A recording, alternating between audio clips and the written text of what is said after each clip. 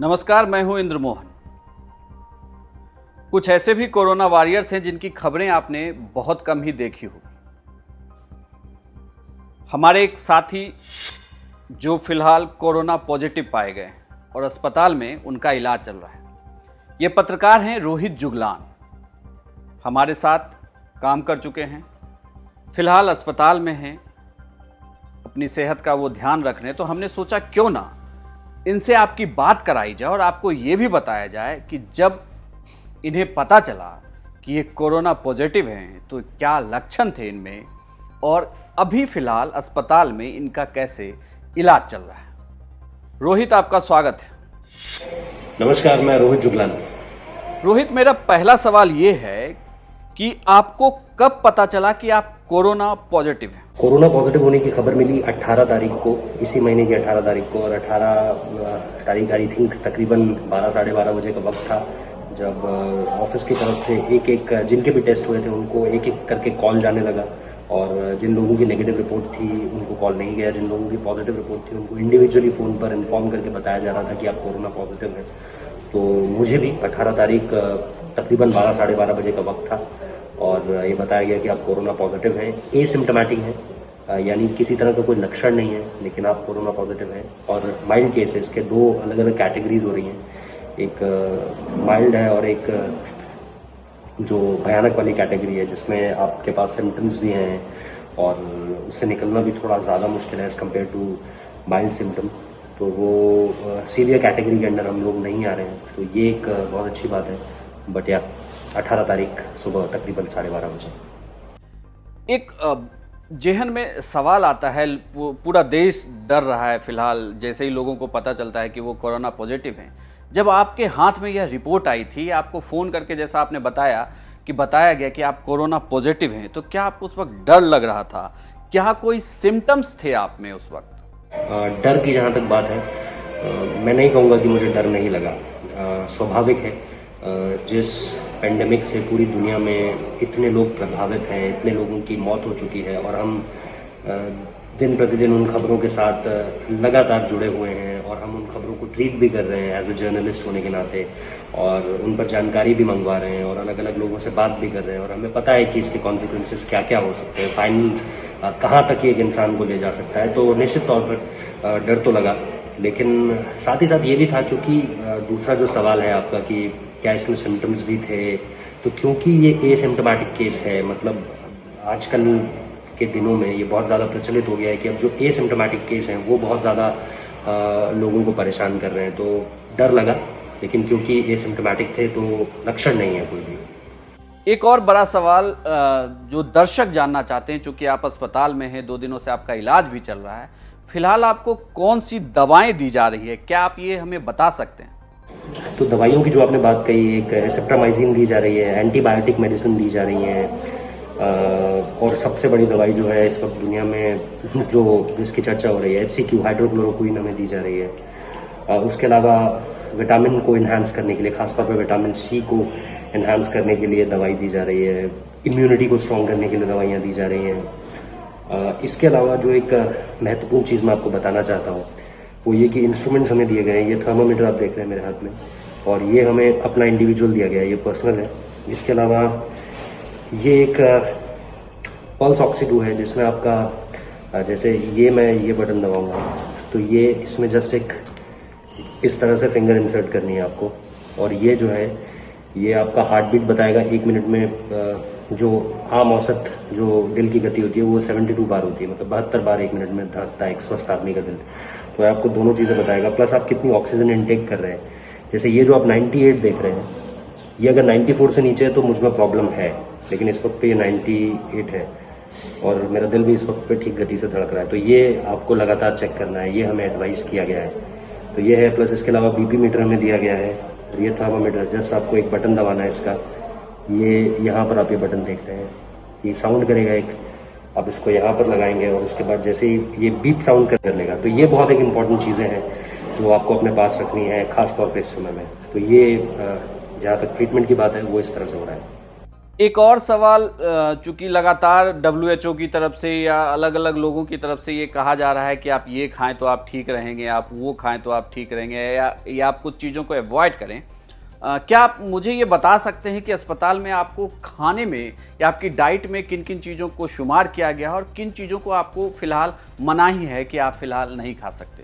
खाने में ऐसा कुछ नहीं है कि हमें बहुत अलग चीज़ें दी जा रही हैं या बहुत ज़्यादा कंजर्वेटिव चीज़ें दी जा रही हैं जो हम ऑर्थोडॉक्स मानते हैं मेडिकल के फील्ड में, या फिर जब आप पेशेंट हो जाते हैं उस फील्ड में। ऐसा कुछ नहीं है। खाना नॉर्मल दिया जा रहा है, रोटियां हैं, पेट भर के खाना दिया जा रहा है, सबसे अच्छी बात तो ये है।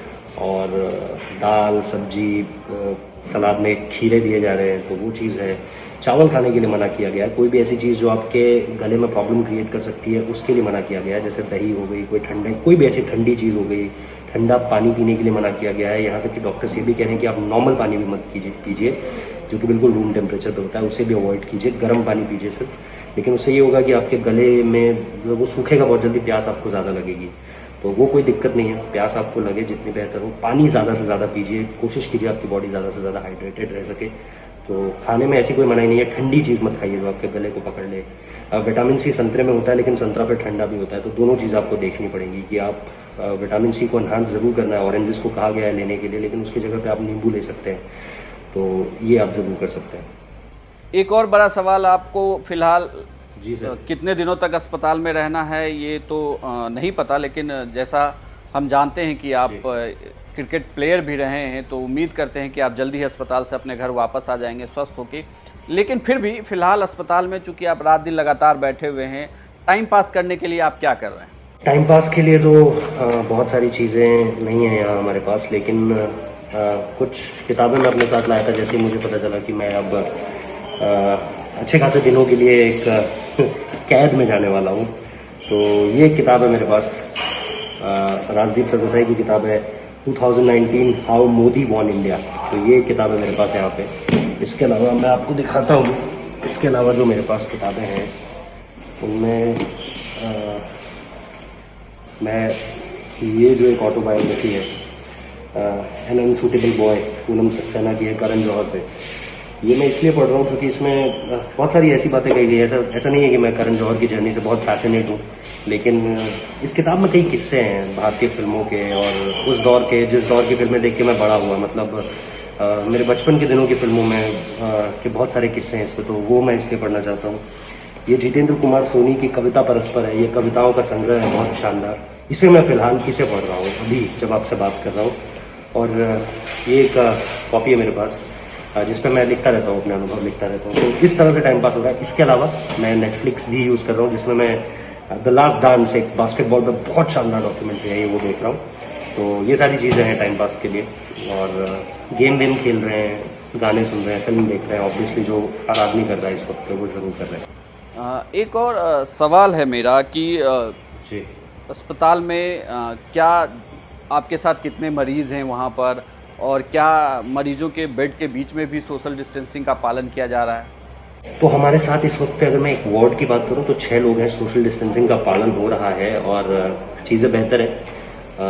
काफ़ी सारे लोग यहाँ पे अलग अलग वार्ड्स में, डिफरेंट वार्ड्स है, फीमेल वार्ड अलग है, मेल वार्ड अलग है, तो बहुत विस्तार से हर चीज़ को यहाँ पर डेवलप किया गया है। बहुत तैयारी के साथ इस पूरे के पूरे सेंटर को तैयार किया गया है और हर बेसिक से बेसिक चीज़ का ख्याल रखा जा रहा है। लेकिन दूसरी बात जो मैं आपको बताना चाहता हूँ वो ये कि ख़ास तौर पे सोशल डिस्टेंसिंग हो या फिर साफ़ सफाई हो, उसका आप लोग बहुत ज़्यादा ध्यान रखिए। जो कि बेसिक हाइजीन होता है उसका अगर आप ध्यान रखेंगे तो आप सक्सेसफुली टैकल कर पाएंगे सारी की सारी चीज़ें। और उस तरह की हर तैयारी यहाँ पर है। अगर आप हाइजीन को लेकर बात कर रहे हैं, अगर आप बात कर रहे हैं, ये मास्क जो आप देख रहे हैं ये भी यहीं से प्रोवाइडेड है और 2 मास्क अलग अलग दिए गए हैं।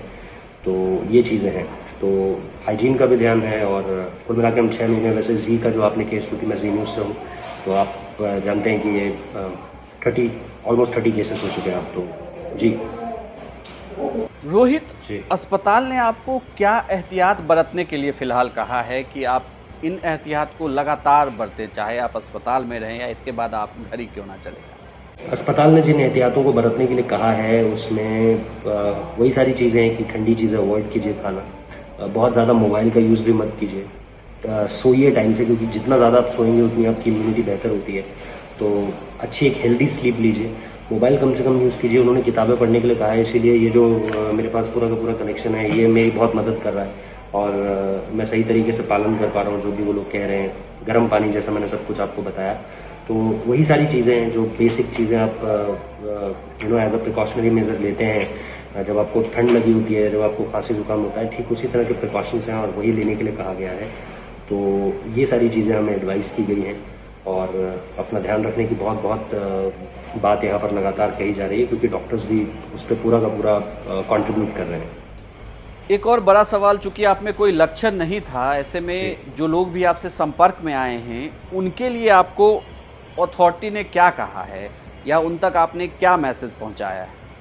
हमारे संपर्क में जो लोग आए हैं उन्हें अगर कोई प्रिलिमिनरी सिम्टम नहीं नज़र आ रहा है, प्राइमा फेसी जो प्राथमिक दृष्टिया है उस तरह से कोई सिम्टम नहीं नज़र आ रहा है, तो उन्हें होम क्वारंटीन कर दिया गया है। अगर वो घर पर अकेले रहते हैं, जैसे मैं अपनी मम्मी के साथ यहाँ पर रहता हूँ और मेरी माताजी को होम क्वारंटीन किया गया है। और क्योंकि मैं इस बीच एक बार घर गया था, तो इस वजह से जो भी हम लोगों के कांटेक्ट में आए हैं, अगर उन लोगों को कोई लक्षण नहीं दिख रहे हैं और अगर वो घर पे अकेले रहते हैं तो उन्हें होम क्वारंटीन कर दिया गया है। और टेस्ट उनका जो ICMR की नई गाइडलाइंस आई हैं 12 दिन बाद होगा, और सिम्टम दिखते हैं तो पहले भी हो जाएगा, लेकिन सिम्टम नहीं दिखते हैं तो 12वें दिन के बाद टेस्ट होगा। तो ये सारी की सारी चीज़ें अभी जो हमारे प्राइमरी कॉन्टैक्ट में आई हैं उन लोगों के साथ इसी तरह से उनको रखा जा रहा है।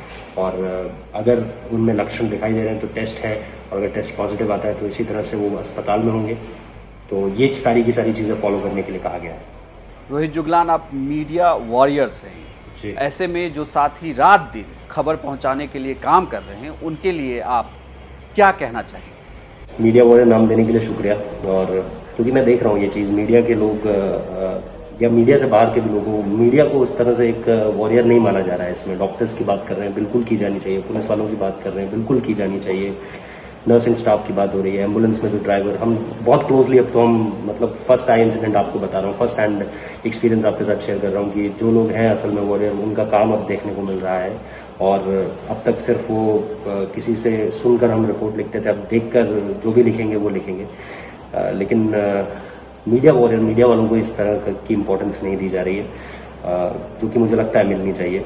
तो मैं अपने साथियों को यही संदेश देना चाहता हूँ यार कि काम ज़रूर कीजिए, क्योंकि इस समय पे अगर मीडिया अपनी रिस्पॉन्सिबिलिटीज से हटकर भागेगा तो फिर समाज तक वो सारी बातें नहीं पहुंच पाएंगी जो अब तक वो देख रहे हैं, सुन रहे हैं। मतलब अगर डॉक्टर्स अच्छा कर रहे हैं तो ये आम लोगों को कैसे पता चल रहा है? हम बेसिकली इस वक्त पे सरकार हो या डॉक्टर हो या पुलिस, उसके बीच एक ब्रिज का काम कर रहे हैं, और ब्रिज का काम करते हुए जो चीज़ें इधर से उधर तक पहुंच रही हैं उसके लिए एक मीडिया, एक मात्र अलग अलग तरह के माध्यम, मैं नहीं कह रहा सिर्फ TV media, social media, electronic media, print media, mags, everything, जो भी चीज़, जिस भी माध्यम से आप जानकारी जुटा पा रहे हैं, तो आप लोगों तक वो सारी चीज़ें पहुंच रही हैं। तो इसीलिए मीडिया इस वक्त पे एक पीछे नहीं खिसका सकता है अपने आप को।